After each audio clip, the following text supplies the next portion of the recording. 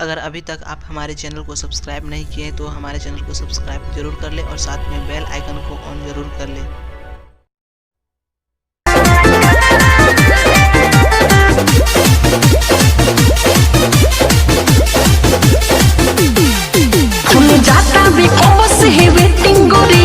दूसरा से कहले लू सेटिंग गोरी, अरे हमरा ई नाम बता रहे खुनी जाता भी कौन से वेटिंग गोरी, लागे दूसरा से कहले लू सेटिंग गोरी, कहिले सच्चाई तो जालू खिसियाई ओही से ना डाटू है।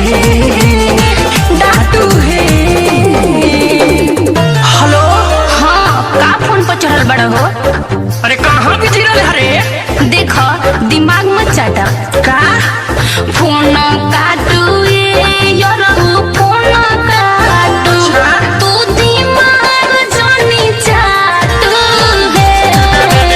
फोन काटू फोन काटू काहे तू दिमाग जानी चाटू है। माने हम चाटो तनी तो का करता रहो?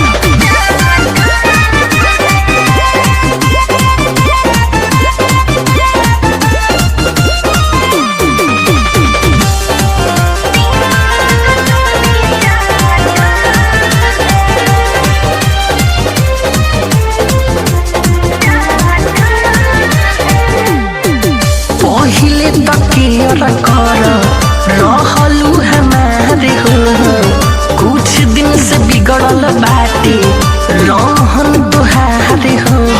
पहिले तो निमने रहलू तो अब का भइल बा?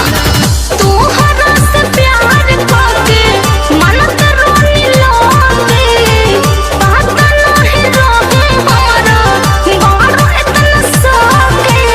ऐसे न लड़ा सका दूर कर आपस में दुख बाटू है अरे रे पागली प्यार से बोलना रे। देखो अभी दिमाग खराब बा, अभी कोनो प्यार ना हो। अरे ऐसा मत बोलो। फोन काटू यार फोन काटू तू दिमाग जाने चाटू है। फोन काटू यार फोन काटू तू दिमाग जाने चाटू है। कैसन बोलत बारू हो? जैसे सुमत बड़ा हो।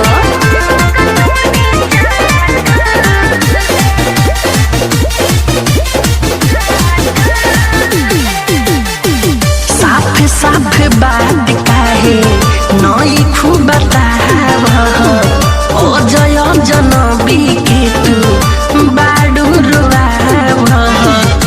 अरे का कदले रे पगली मीठो मार सोल कहके देतनी बताए, पहिले खाने पर भाव दिहे ना सफाई। सिमन महता न मारे सब कोई हमर दर्द से दिल फाटू है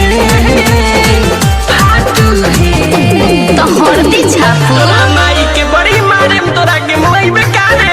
का तू माई के गरील हवा, अब तो बिल्कुल फोन मत करी हो। फोन काटू यार फोन काटू तू दिमाग जानी चाटू है।